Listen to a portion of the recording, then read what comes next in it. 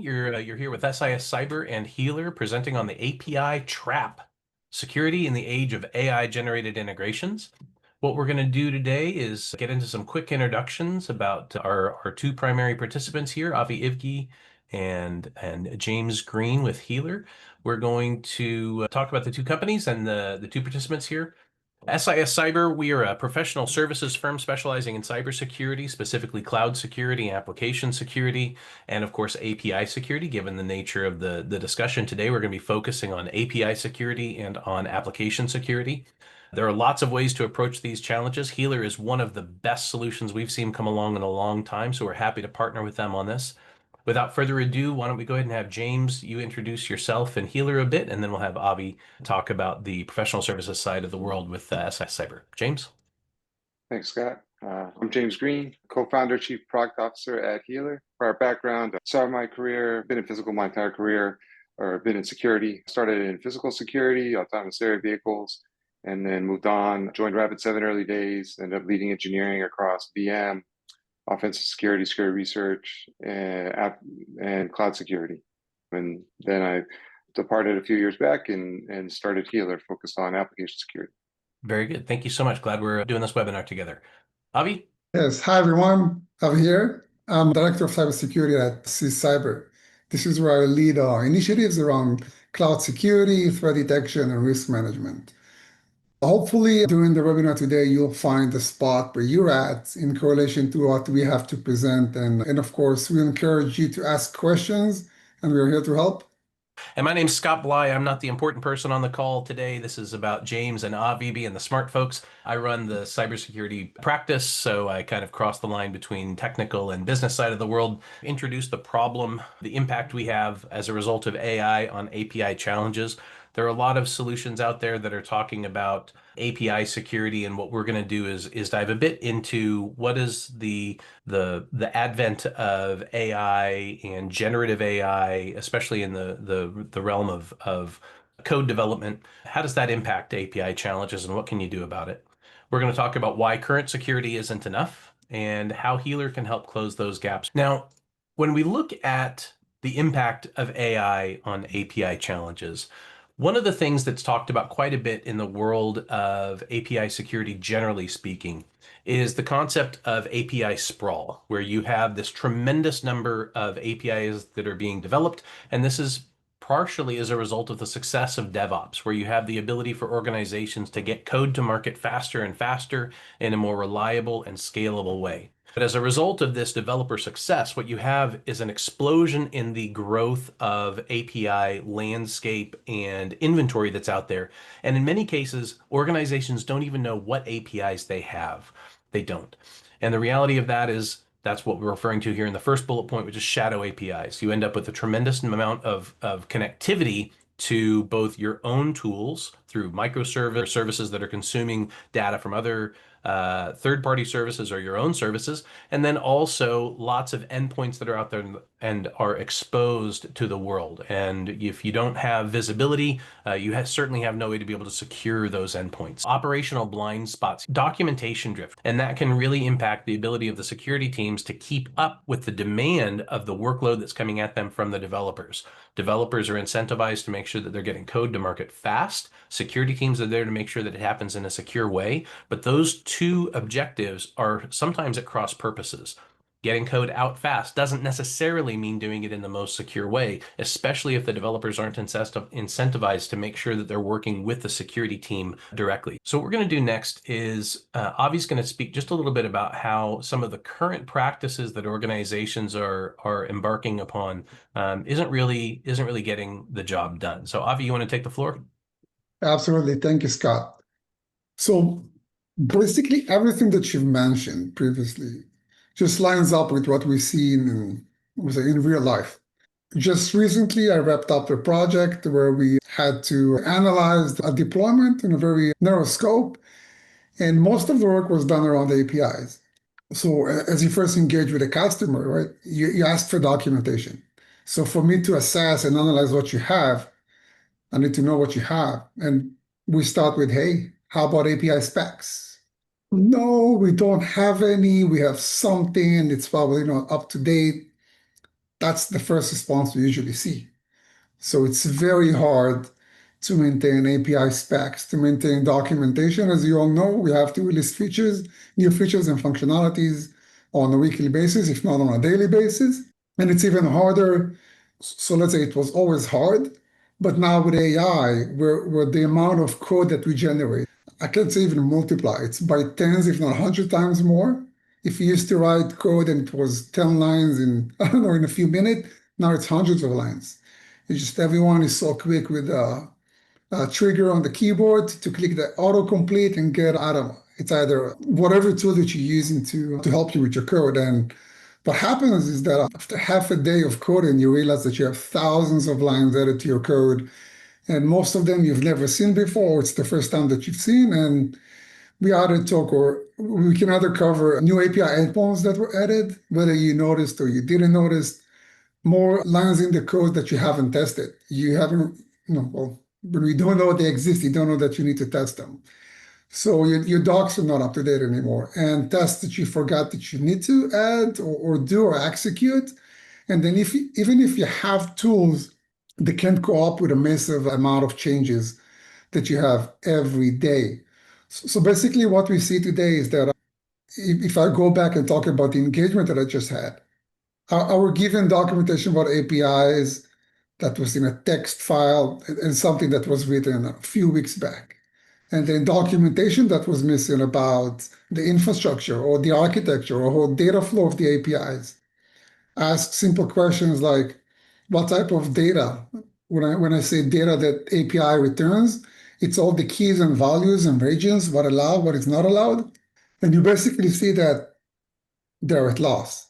They have no idea what they have, where it's at, how it's supposed to operate, what are acceptable values and ranges for APIs requests and responses. Now, some of them do have tools in place. And I'm very specific when I'm saying tools because it's not frameworks or it's not a solution. Every different team will have different tool. They use it in a different way. Some will have alerts, some will have logs, and things are not very consistent. And when you use multiple tools by multiple teams without, I'll say, one glass pan to look at all of that, it's very hard to manage, monitor, and prevent issues from ever happening.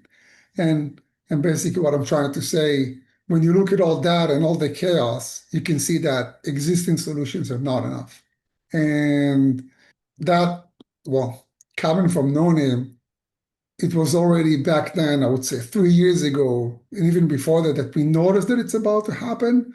But now with the massive amount of AI assistant coding or vibe coding, the issue becomes even worse. Yeah, well put, Avi. And just for context, I don't think we mentioned this.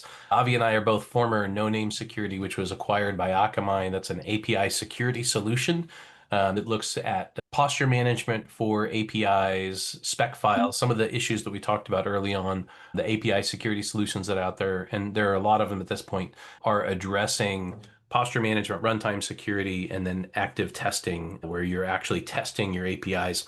And one of the things that we observed during that time, as Ivy mentioned, this is a few years back now, is that there was a prediction that the number of APIs that are out there is exploding. This is present in a lot of the Gartner research, as well as the observations that were being made at the time. And now here we are in, many cases, they were saying, oh, by the year 2025, you're going to see this explosion in API volume, as well as API vulnerabilities and attacks. And we've actually absolutely seen that come true. It was, Scott, to your point, it was funny, but not really sad, because back then you just look at a slide and you see numbers and you're saying to yourself, well, what are the odds? It's going to be 5 times, 10 times. And if you go back and look at slides from 3 years ago, those predictions actually came true. Yeah. And we see it today. It's so easy to get into that chaotic place where we're not really controlling your environments and your APIs and your code, and especially teams and at scale, it's basically unavoidable. We're all going to get there. And just, are we ready or are we preparing for it? Yeah. And with AI, it's absolutely exploded even more so. As you said, it's maybe not 10x, maybe it's 100x or even 1000x, where you're seeing developers that are able to put code out there to be able to be more efficient, but that introduces with it the same security challenges that you had before AI came along. Already, organizations were trying to get features to market as fast as possible in order to be competitive in the marketplace. AI is a fantastic tool to be able to accomplish that, but it accelerates the negative curve of how do you keep up with vulnerabilities, and that's actually what we want to talk about now. So, James, do you want to Yeah. go ahead and speak a bit about how Healer closes some of these gaps? Yeah, I mean, I think one other quick point I'll make also, just to align with the impact also AI has on the attacker perspective as well, which, right, when you think about from the attacker perspective, it's trained on that same insecure code that's being fed into the LLMs that are writing code. And so it's knows exactly how to attack, and you think about the lowers the bar really from an attack perspective. So I think that's the other dynamic. Not only are you having a larger surface area of risk, but you're also having a much more capable attacker, right? To at scale, which I think just really magnifies the impact of that overall. Yeah, I was at a conference recently. Actually, it was a couple years ago at this point. It's not even recent anymore. And the CISO of 7-Eleven asked a whole series of CISOs and directors of application and network security, how many of you are aware of having been fighting an automated attack that had no humans behind it, that it was actually AI that was running the entire attack campaign against your infrastructure and your organization. And the number of hands that went up, and this is probably 2 years ago, was absolutely astounding. And I believe that those trends are only going to continue. We're seeing it over and over again play out. And that's on the red team side. That's on the, or not even the red team, that's on the malicious team side. When you're talking about vulnerabilities that are being introduced into code with hallucinated packages that are being then taken advantage of, where bad guys are saying, okay, so you have an AI tool that has hallucinated a package that you've put into your code. It's not going to run because that package doesn't exist. But when it comes up often enough, what they're doing is filling in the blank of there's a package that hasn't been written. Well, let's supply that to the package managers so that when that package is hallucinated, we can have it now be a real package that inserts our malicious code into your application because of that hallucination from the AI. The number of security problems that comes about is just really, really profound. Absolutely. So yeah, let's talk a bit about Healer. I mean, I think as as we kind of talked through, no team's ever going to triage their way out of what is essentially an AI-driven flood of vulnerabilities. Prioritization alone is just not going to get the outcome that you need. And so ultimately, to survive the wave that AI is driving, is you have to flip the script and do a fix first, right? Automate the easy wins, really free the people, the human teams to basically focus where judgment and human intelligence really matters. And that's where Healer comes in to close this gap. It's as a fix first platform. I'm not going to talk through four key pillars, right? I think the first piece around this fixability, right, and fixability analysis, where essentially automate the analysis needed to understand the effort and the impact of fixing, right? Being able to automatically identify what are non-breaking changes, which can be automated, removing risk and improving hygiene. Next on the remediation side is Healer has an ability to automate remediation by creating what we say a validated pull request, using compilation testing and AST analysis to produce a change that can be merged with a high level of confidence automatically. And also automating the entire remediation workflow from identifying when that vulnerability came into play to when it was fixed in code, and ultimately when that code was rolled out to everywhere that it needs to be deployed to. Guardrails, to the point that James, if I Scott can was just pause you making. for a second, I would like to speak about the remediation part. It's very important that everyone understand the how powerful remediation part can be. The whole idea with automation is from the second the platform realizes that there is an issue to the time that you get an alert, you log in and you fix it. It's very important, right? The meantime between identifying all the way to remediation, that's where most enterprise customers are trying to achieve today, the MTTR, right? As low as possible. So knowing that there is an issue, let's say that most platforms or tools will be able to detect it and let you know about it pretty quick. but how to resolve it. Who do I need to talk to? Most of the times you'll find an issue. Okay, who owns it, right? How do I fix it? How do I find the person who's responsible for it, who owns it, who know how to basically remediate it? And that takes a lot of time. And with the amount of new issues that have been surfacing every day or every hour based on the size of your environment, it could be easily overwhelming a small team. And most of the time, that small team, it's a one-person team. And if they're lucky, they have maybe 2 or 3 people. So the whole idea of automated remediation or even highly verbose and guided steps on how to remediate it, not to mention that also, so the automation part, it's nice, but also knowing the size of the impact. So once I fix it, right, how much noise I'm reducing, how easy it is going to be to fix. Is the fix good for all of the issues or most of the issues behind it, right? So there's, you can always upgrade to the next version or the latest version. And that's part of the things that Healer provides. And this is massive. This is very impactful. So it was important, at least for me, to let everyone be aware of that. I appreciate that, Avi. And then also, even preventing that risk in the first place, which is where the guardrails come in, right? That can prevent against supply and chain attacks, really prevent security risk while also improving hygiene, identifying compromised packages, identifying packages that are essentially hallucinated packages, packages which don't exist. And then even capability that to help against those zero-day compromises where you can actually apply and prevent dependencies that don't meet a specific minimum age, right? You think about majority of supply chain attacks taking 24 hours to be kind of identified, or on average, just identified up to 24 hours. Well, here as the Healer has the ability to prevent introduction of any dependencies which don't meet that minimum age requirement. And then lastly, on the exploitability side, where uniquely Healer's runtime threat modeling identifies exploitable risk using business environment threat context. What this does is help mute the noise, especially for those high effort fixes, helping teams focus on the risks that really matter, and also providing evidence that justifies those non-critical risks, right? Why they don't matter. And all of this is done in a simple setup. It takes minutes to deploy Healer. There's no agent, there's no build modification, there's no tagging. Really a patent pending algorithm that we built out that does this really code to cloud linking uniquely across all the applications. If I can expand on that. So if you take remediation or auto remediation with exploitability, basically reduces the noise from millions, if not 100,000s of alerts to the most critical issues that should be fixed right now.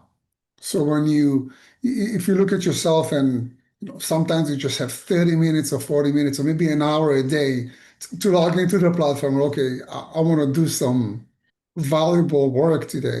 And being able to see auto remediation and exploitability, all these efforts being done for you. So you basically have, hey, you have an hour, let's work on the top 5 now.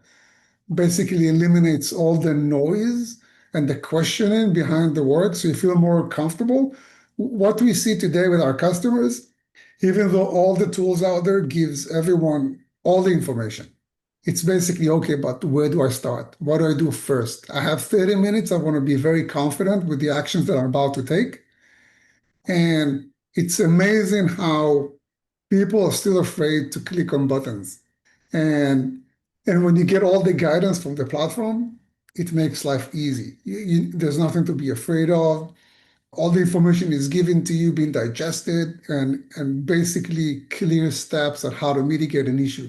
It gives you all the confidence that you need when you're about to troubleshoot something, especially when we talk about remediation of severe or critical issues in production. So this is a massive effort from the Healer team, and it's pretty amazing to see it in real time. Yeah, I'll just show, related to the, a specific use case around Spring Boot actuators. Oh, go ahead. You're next up. I'm sorry, I was jumping ahead. No worries, here for the same cause. So the word funny a lot, but these things are not funny. The funny part about Spring Boot actuator is that we use it as a tool to improve our process. And because of that, we are expected to know everything about the tools that we use. And we all know that no one knows 100% about everything. And the challenge was with Spring Boot actuator is that it has nothing to do with a specific version. It was more of a security misconfiguration, which means you really should be aware of what you're deploying. And in that case, we can see there are tens of thousands of companies out there who are using it in the wrong way. And it's not that, there was a line in the code that you could see and fix. It's basically an API endpoint. And it's more of you can call it a shadow API because you're not aware of it. And there's nothing for us to, for example, to see, oh, you're using version 5.3, so there is a CVE for it, go ahead and fix it. No, unless you have API real-time monitoring and runtime security detection or posture management, you're basically in the dark. You have no idea that you have an API. It's being accessible from the public, and it gives you all the good stuff that hackers are looking for, from remote code execution to data exfiltration, heap dump. And I think we even have a link to the Wiz blog that they've done the research about it. We'll be more than happy to share it later. But basically, not a good situation to be in. And you can see how you can see today in the demo how Healer is being able to detect it and of course suggest ways to mitigate it. James, back to you. I'll show one of the unique capabilities that Healer can do now around that Spring Boot actuator misconfiguration, right? I think, one is, identifying and specifically the usage of Spring, but ultimately, one of the key parts, you think about APIs, right? Healer has the ability to statically enumerate the APIs found across repositories, right? So, example, API endpoints can drill in and show, hey, here's the API endpoints that are drawn in. But uniquely, one of the things that we can do, and I'll pivot back into a specific example where you can look and identify those API endpoints, which are not necessarily defined in code, right? But defined through configuration, right? So example here, with the Spring Boot actuator endpoints, being able to identify the specific endpoints that were enabled for this particular repository. And so being able to, identify, well, where are those endpoints enabled, right? You want to go into an environment and, example, go back into the repository listing. I can quickly just say, well, show me all my repositories that have Spring actuator endpoints enabled, right? That's one of the key points. Let me identify, this is something that's critical. We've run into organizations where they've identified at runtime that they have these endpoints, right? They even have run attack scenarios, but ephemeral infrastructure, not being able to trace that back to the specific code, where that needs to be addressed. That's what's unique about what Healer can do here. And then going back in, we can identify not only which endpoints, but are they authenticated, right? Is the key part, right? Especially you think about the heap dump example that Avi was talking about, with really is one of the misconfigurations that can leak essentially sensitive data, secret data, and so forth. So that's one of the unique pieces. And ultimately, when you go back into here, and this is the aspect of showing, identify, well, where does this go at runtime, essentially, right? Being able to model that particular service at runtime, what are the different deployments? Once I remove a specific endpoint or create a new endpoint, is that in staging? Is it in development? That is a lot of that runtime threat modeling, be able to contextualize each deployment of that service, not only along with its APIs, is one of the key parts that Healer can provide, and essentially identifying that API risk along with that Spring Boot actuator specific in a lot of, say, Java applications. That's awesome, James. Scott, I think you had a say about it from code to cloud, right? Yeah, code to cloud to runtime. That's actually one of Healer's slogans that I've appropriated. But I really like that concept of being able to say, hey, you've got developers that are writing code. It's going to be deployed somewhere, and once it's deployed, then the actual running code has an attack surface that may be exploited, and that's the runtime component where threat actors may be acting against those endpoints. And I think that's what James is really getting at here, is what's accessible currently. Yeah, well, and also being able to identify not only, it has the API endpoints, but are those API endpoints on a service that's, in this case, internet accessible, right? So is that from a critical and really from a threat modeling aspect? And again, being able to track this from, you look at the endpoints, each of the endpoints are tracked to the specific deployments, because Healer's modeling essentially identifies not only the source code is deployed to the service, but ultimately what version of code is deployed and what specific change sets. So if you remove an endpoint, add an endpoint, Healer is able to show that essentially that difference between the different deployments. One of the things that's really compelling to me about Healer's model is they have you guys call it like an audit license. So what we're going to be doing is taking advantage of that license model, which is essentially a temporary license to be able to leverage Healer within your environment. to be able to then look at your environment, hook up to a repo or two, and see what kind of vulnerabilities you may have in your own environment. And so what we'll do then on the SIS side is we'll come in for a discussion with you in order to identify what workloads might make sense for you to evaluate, how do you connect up to your repos where you have your code, and identify vulnerabilities that may be there. We'll stand up Healer, get it to run in your environment, and then we'll circle back with you and help you kind of interpret those results and understand what your vulnerability exposure might be for your particular use case. So that's something that we're going to be giving away for free. We're calling it a mini assessment, and we're happy to offer that in conjunction with Healer here. And James, I actually have a question for you. If you can go back to the demo just a little bit. One of my favorite things about Healer is the ability to see the running configurations that are happening in your environment. So when you're looking at, for example, this network path that you have here, you're seeing that a particular workload is running in this here. The center of your kind of cluster is the demo prod use, right? It's an ECS service, so that's a container service that's running. And what you can see is the path that an attacker might use to be able to reach that code endpoint. And in this case, maybe we're talking about the Spring Boot actuator service, but to be able to actually visualize the direction that an attacker is going to come in from the internet in order to access that with an exposed endpoint, to me is very, very powerful, because you can see the specific pieces of infrastructure that attacker is going to have to cross in order to gain access to that endpoint. And then let's say, for example, if you go back over to the Spring Boot specifics, where you're seeing the endpoints that were up. Yeah, here. So the actuator health endpoint or the heap dump, can you see where that endpoint is exposed in that graph? If you go, for example, to actuator heap dump, do you have the ability to link back out to that and see which endpoint that is, like where that lives?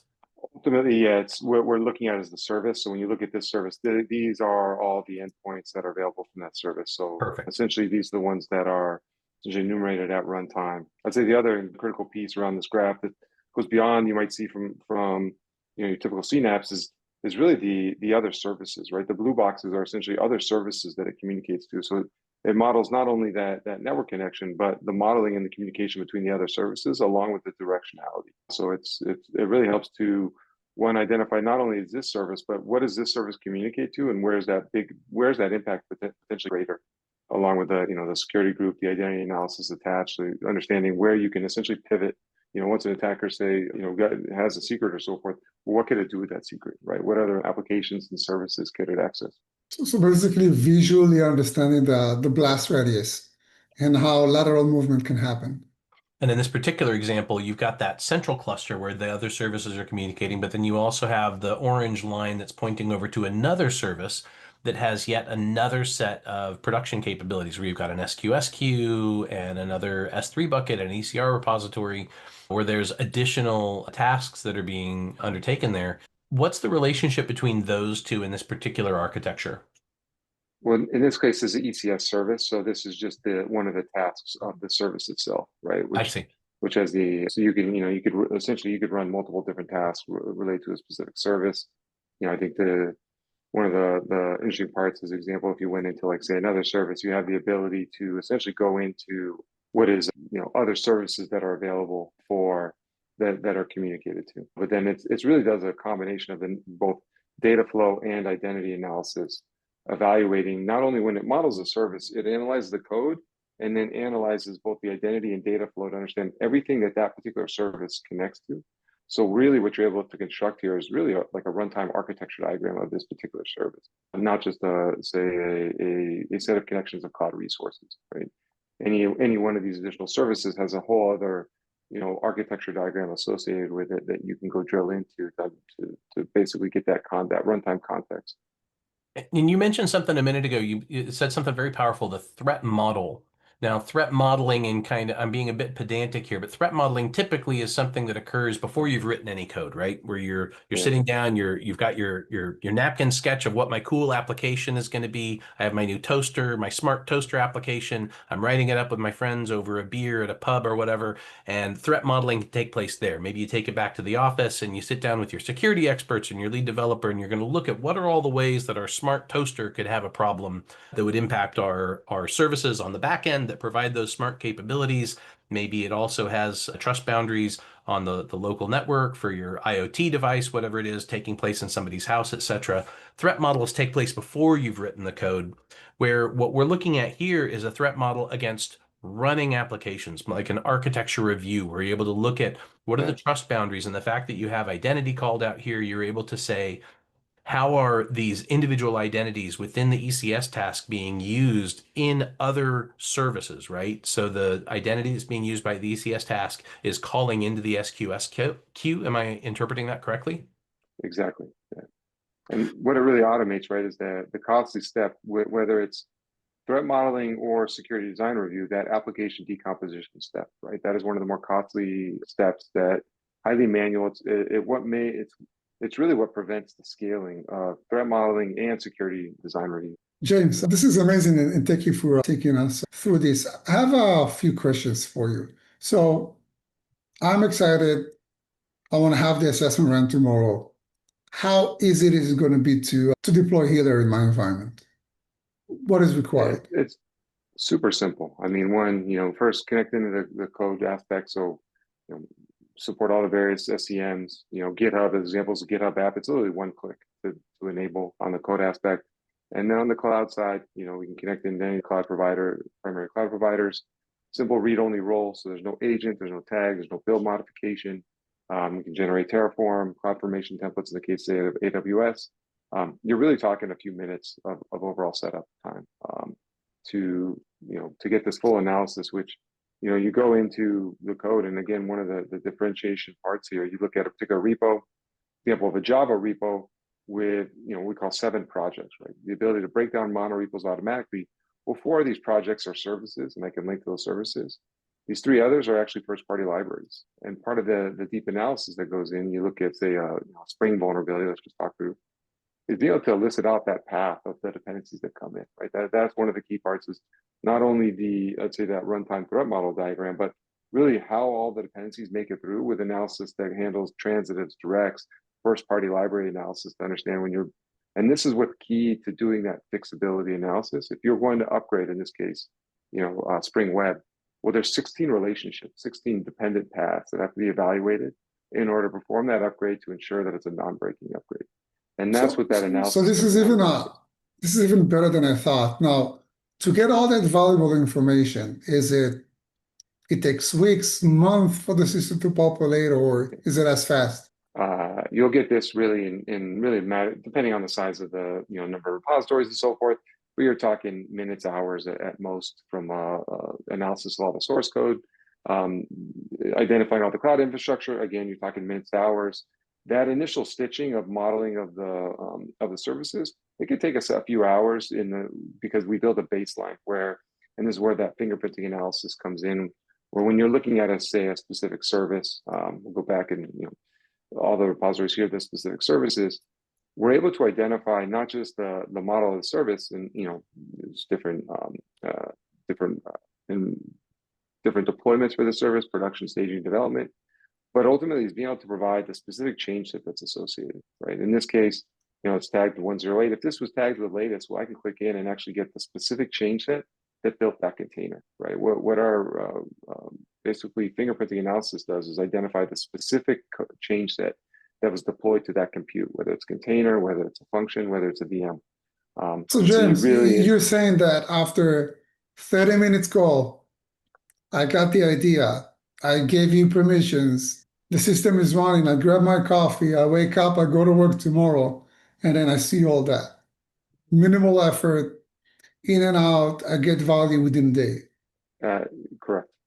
Just the breakdown of all your repositories, break down the dependencies.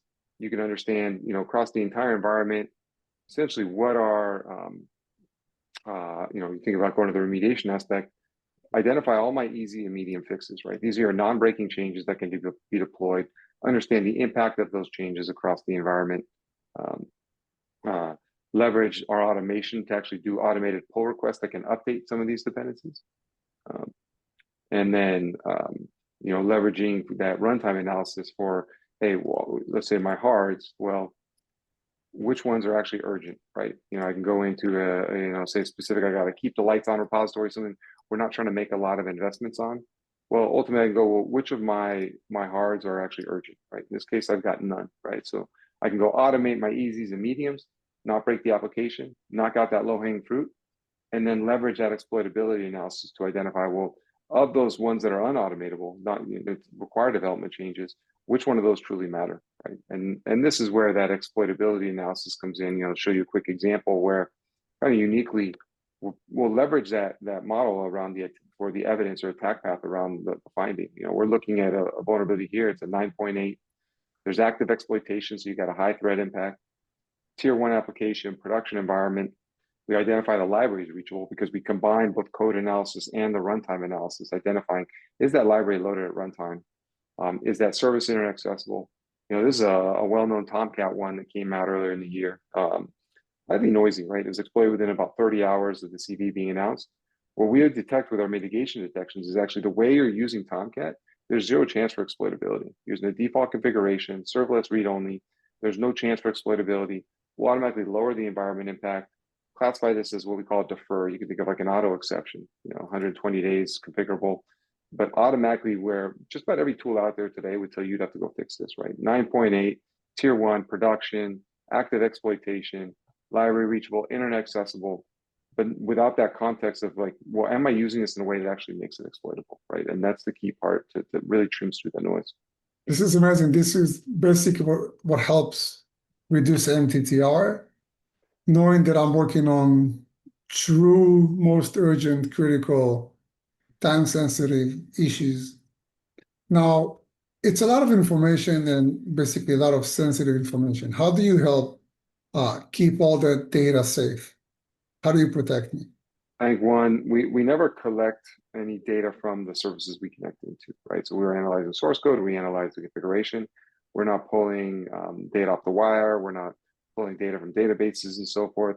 So we never access any of the sensitive data within a customer's environment. Obviously, we analyze the IP that's there from the source code. But Healer's a SOC 2 Type 2. We're going through our ISO 27001 audit. We have the ability to run a broker within a customer's environment if necessary for accessing, say, on-prem repositories and artifacts. So that's overall from both ease of deployment and confidence in the security of the platform. I have a question.